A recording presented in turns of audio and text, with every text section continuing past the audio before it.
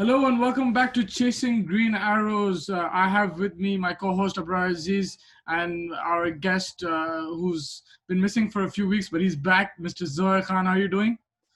I'm very good, sir. I'm very good. Thank you for having me again. We've missed you, Zo. Yeah, I missed you, You know man. me, part-time ghost. You know me. You came on today after that Anthony Davis clutch. I see you're Oh, dressed up. You're dressed absolutely. up for that. I've got all my gear on. I'm in a good mood. I needed that after United got spanked 3-1 by CP. Yeah. Clutch 3, though. Clutch 3. Oof, clutch three, money. Yeah, it's good to have you back. And so today we'll be just reviewing the game week 2 of the Premier League, some surprising results, some expected results. We can start off with the Everton-West Brom game. Everton looking amazing, man. Don Ancelotti's got his team fired up. It looks like top 4 might be a possibility. Right now it's a bit too early, but it might be a possibility.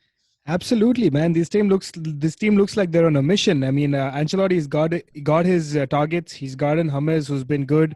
He's gotten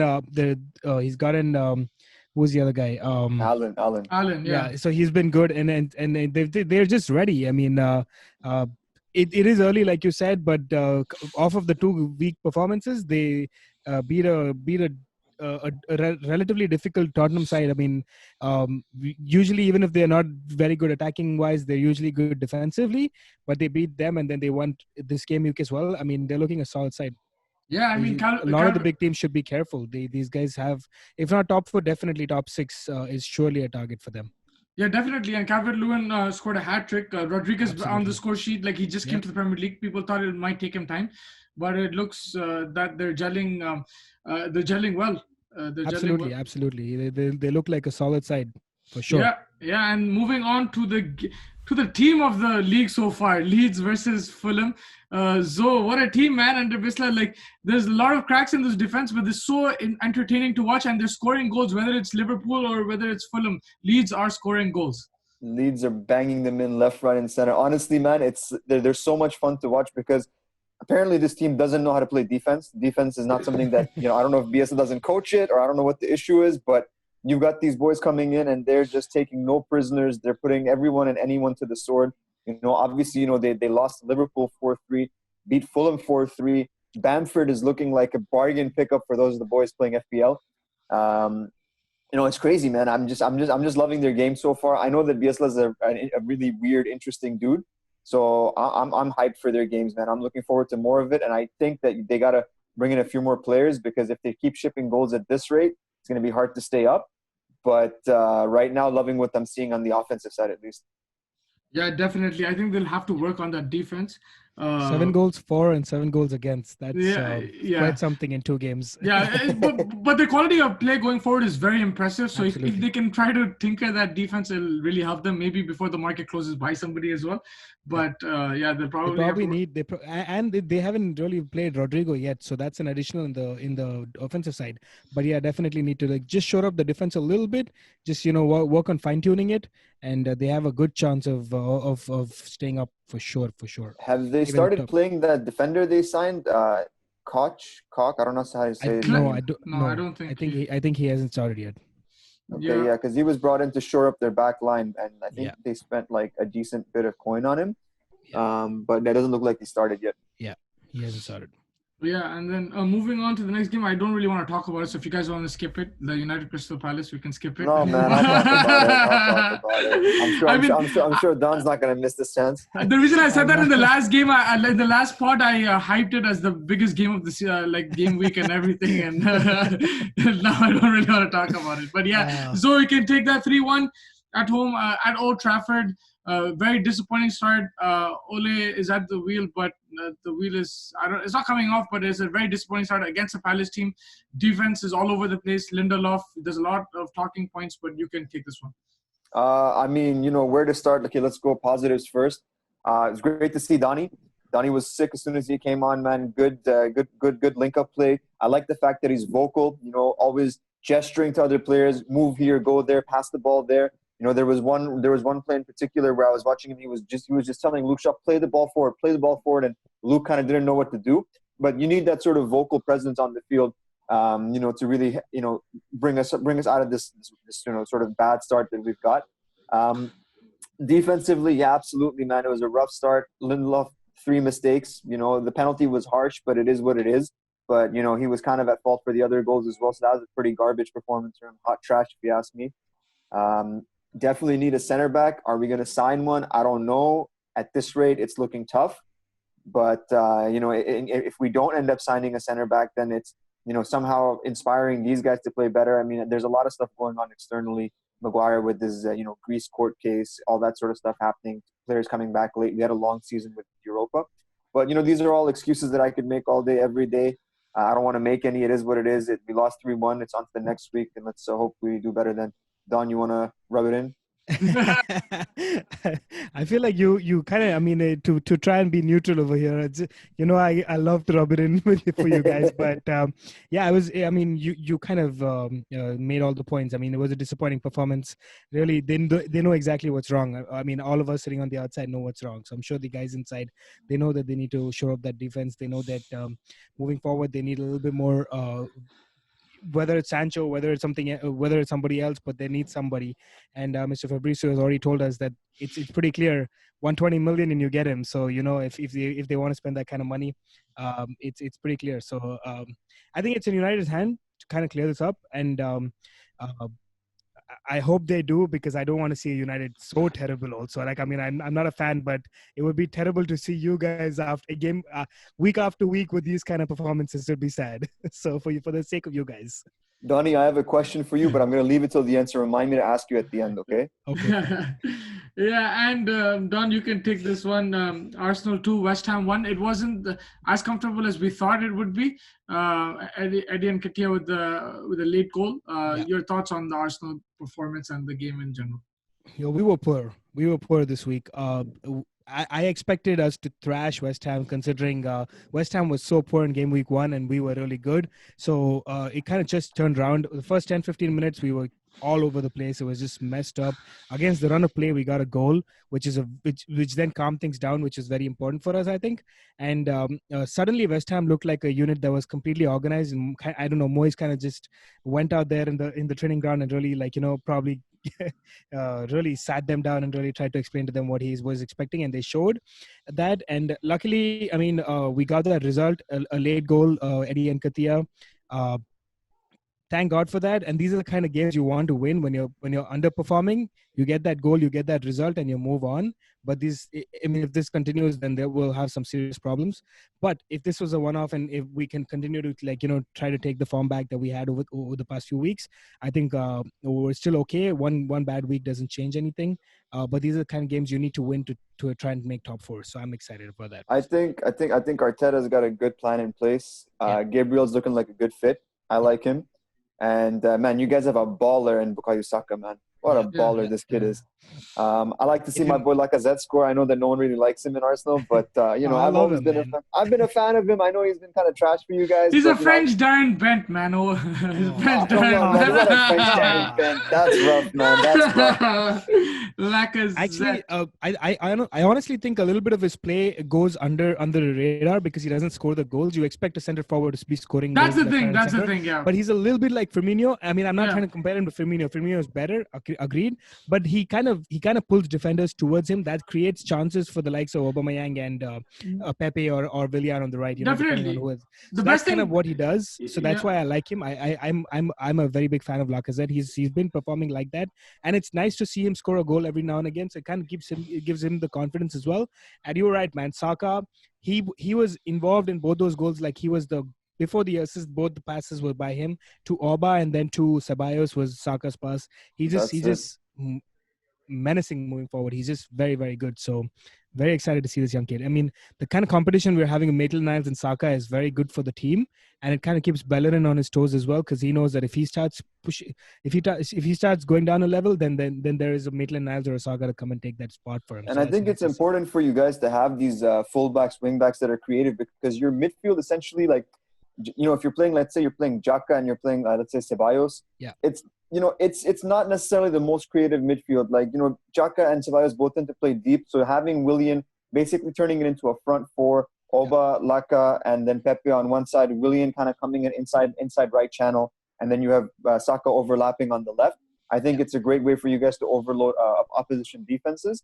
But let's see how it goes. It's still early in the season. It's something we're gonna have to think about for sure. That creativity, and maybe Arteta is saving a trump card somewhere. Maybe he uses Ozil just when it's perfect time. When you this would have been a nice game for Ozil to come up like in the last 30 minutes. So maybe I don't know what's going on with this situation. I don't know. It's unfortunate, but I would love to see. Kind of have that backup plan. It worked out this time. It might not every time. So kind of just have this backup plan. Maybe use Ozil, or maybe use Emil Smith-Rowe is coming through the ranks. He's looking good as well. So maybe use him. He was injured, of course, but maybe use him for like 20 minutes to try and just change it up a little bit and have that absolute out and out central attacking midfielder to kind of just give your front guys a chance. So we'll see how that goes. But happy with the win. So tell me one thing. One thing. How broken is your heart that Emmy left?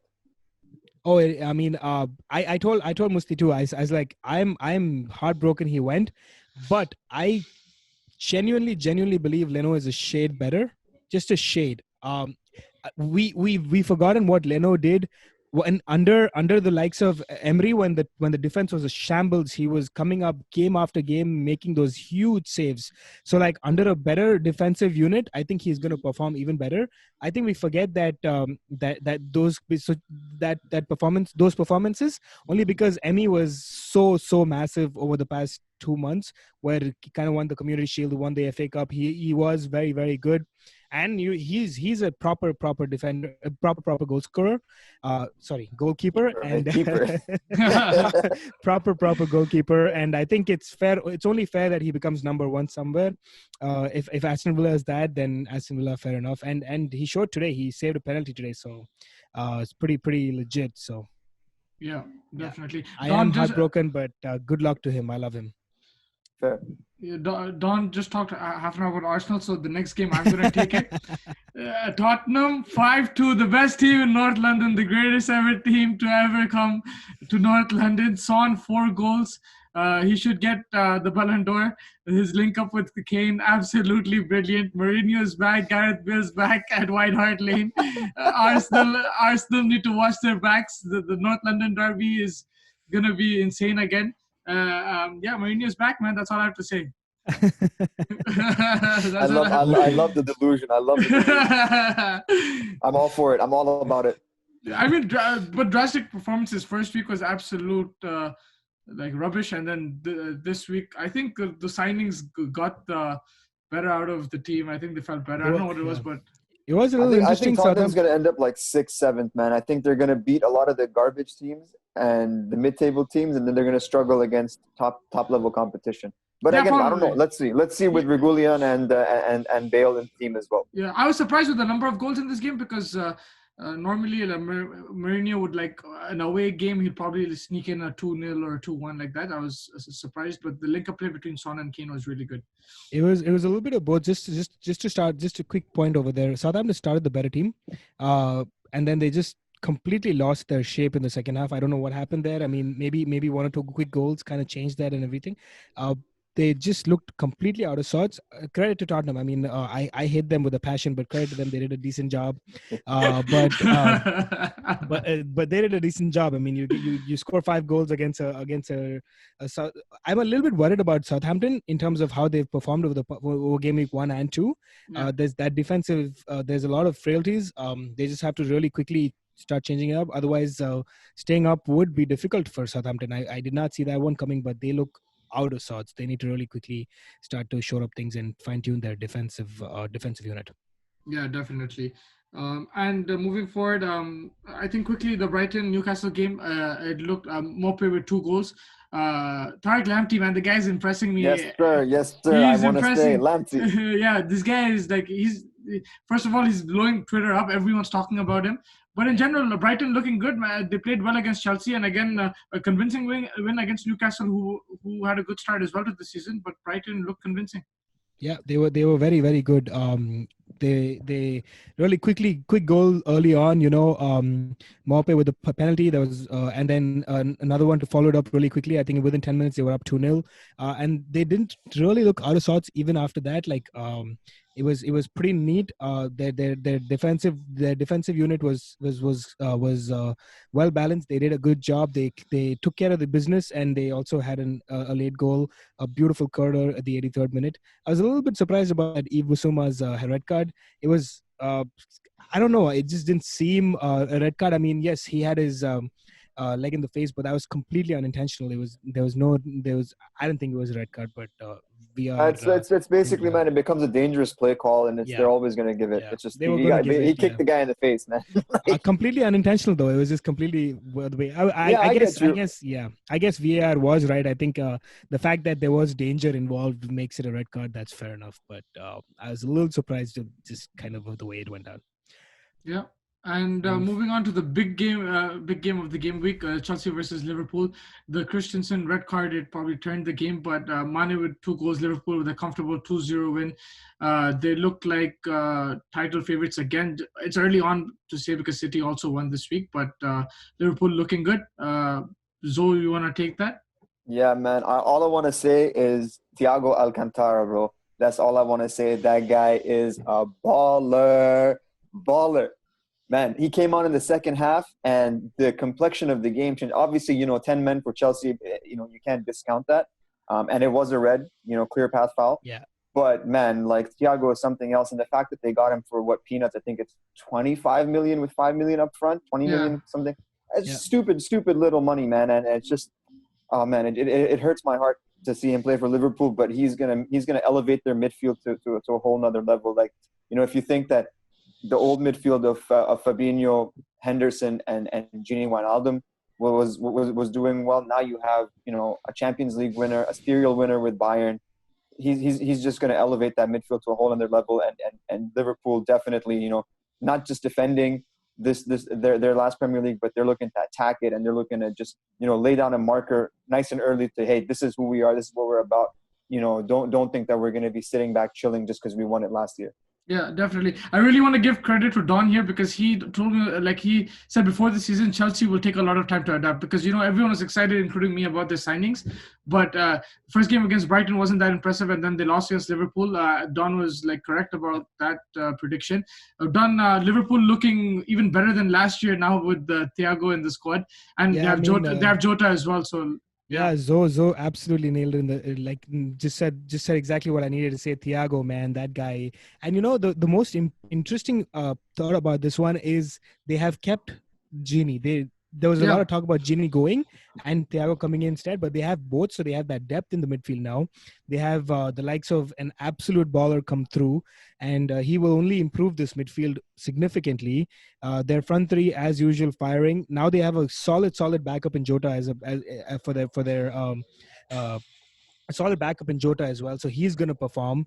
This team has added the depth. They already have a solid player. Alisson with that penalty save, he's got an. I mean, if there was never really doubt about him, about how good a goalkeeper he is, and he really made that nice save as well. So Alisson looking good. This team, like Zoe said, they're ready to defend this, and they're ready to, really go out there and show the Premier League who's boss. I mean, all the other teams should be aware this team is solid right now. Yeah, definitely. And the Leicester Burnley game, if you just want to quickly recap that, no Vardy on the score sheet, but Leicester scored 4 goals. Kind of surprising for especially FPL managers who had captained Vardy. If you're looking at the score, my team. I have in my team, but I was a little upset he didn't score. When I saw they're scoring, but it was never Vardy, so it was unfortunate. But yeah, Leicester did the business. I mean, it was required of them to get the win. They did the win. I mean, there was a decent performance by them. They're looking a solid side. Again, a little bit similar to Everton. They're gonna trouble these big teams, and they're gonna beat the lower half, the teams in the lower half. I think they have a solid setup. It just remains to be seen where they'll finish, but I think they like Everton, will challenge for top 6, I think. Definitely. And their new signing, I don't know how to pronounce it, Castagne. But he's very impressive. He looks good. He's been very impressive both games. And then quickly moving on to the Aston Villa versus Sheffield game, 1-0 for Villa. of their first game of the season. Sheffield, man, I don't know what's happening with the defense. They used to pride themselves on defense, but it's just not happening. Again, a little bit surprising about that Egon red card. I don't know if it was a complete. I mean, both of them were pulling each other, so it didn't seem like a red card to me. But it was given, and then Villa didn't look. Sheffield didn't look the same after that. They were really a little bit behind. They got that penalty though. And then my boy Emi Martinez comes through with a big save for them. And he came through big time. When you have a guy called Lundstram taking the penalty, I don't think you can expect much. I'm just joking. But Konsa then comes in with that nice little header just 15 minutes before I think the game was over. A deserved victory. They seemed slightly better, especially after that red card. So credit to them, and Sheffield. God knows what's going on. Yeah, I'm a bit worried about them. Yeah, they punched above their weight last season, but I'm a bit worried about them this year. So let me ask you guys a question about Sheffield. So given that Egan came down with the red in the 12th minute, right? Yeah. Don't you think that Aston Villa should have put more past them? I think that playing against the team. Pretty much, the whole game with 10 men. Yeah. You'd think that they would have done more. I think that if Sheffield, had their full, had the full contingent, I think they would have taken it. Yeah, that's what I'm saying. That's why I'm saying like it's really more that I'm expecting Villa to be relegated this season. I just don't see them have enough firepower to go through. Even though like they bought Emi Martinez, of course, but he's probably going to maybe give you a few points here and there, but that's about it. Yeah. There's not a lot that this team they just barely survived even last season. So I'm expecting them to go down this season. So that's why they started off their season on a bright note, but I see a lot of trouble for this team moving forward. Yeah. And moving on to the last game of the game week, Wolves versus Man City. This could have been a banana skin for City, but they came through it. 3-1 win. De Bruyne on the score sheet. Jesus and Foden also on the score sheet. Your guys' thoughts on this game? City came out. Go for it. Yeah, City came out real strong on this one. I mean, they looked like they were up for it. They know that they kind of also showed that they're ready for this challenge. They're ready to go and challenge Liverpool for this title. That second goal, Foden goal, was pure, beautiful football by City. Kevin De Bruyne, man, whatever said about him is limited. Every game, it feels like he scores a goal or at least assists something. Best player in the league for you? Best creative player in the league, I think. I think in terms of the midfield, I think Aubameyang is the best striker. I knew you were going to say that. I knew it. Bro, get out of here. I knew you were going to say that. I was just waiting for it. But yeah, so you can. I want to give a shout out to Foden. I thought Foden was great, and I'm glad to see him get chances in the team. It's not something that City is really known for. The other thing is, I think that Gabriel Jesus is trash. I think that if this is the guy that was supposed to replace Sergio Aguero, City need to go back to the store with the receipt and be like, I want an exchange. Because, man, like, he's nowhere near that level. And he's been around for a couple of seasons. I know that he hasn't played that often, but City, I find, look less threatening, markedly less threatening with Gabriel Jesus up front 100%. than they would with Sergio Aguero. Sergio Aguero is lethal, man. He's an assassin. When he came to City, I thought, oh damn, they have like Ronaldo and Rivaldo now. Like, that's that's the feeling I got with Jesus. But like, he's just not on that level. He can't Aguero is on another level. This guy's on another level. They're just not like. If you think about it, like when you have the way City plays, and you have Sterling, De Bruyne, all these guys, pulling teams apart, taking the defense out, moving them from side to side. You have to be clinical. You have to be clinical. This is a team that, it's like, think about it. City banged in how many goals last season, the season before that, and how many did Gabriel Jesus get? So it's like, if you're not scoring for a team like City, fair point. What are you doing? Why are you getting returns as if you were playing for Southampton? Yeah, even we saw that in the Champions League game against Lyon. It was given on a plate like a lot of times. Like he just couldn't. He wasn't clinical enough. Yeah, they definitely need to think about that. But Aguero is, I believe, coming back in a couple of weeks, so that'll obviously help them out. But yeah, Zoe's point about Foden, he is actually looking very, very good, for sure. I mean, that's one of the players, one of the young guys to look out for sure. And yeah, City did the business again. Like, I mean, a difficult game away to Wolves, definitely, but they came out with the 3 points, and that's what matters, right? And did you guys notice Nathan Ake? Like anything? How's his performance? If you guys noticed that, like.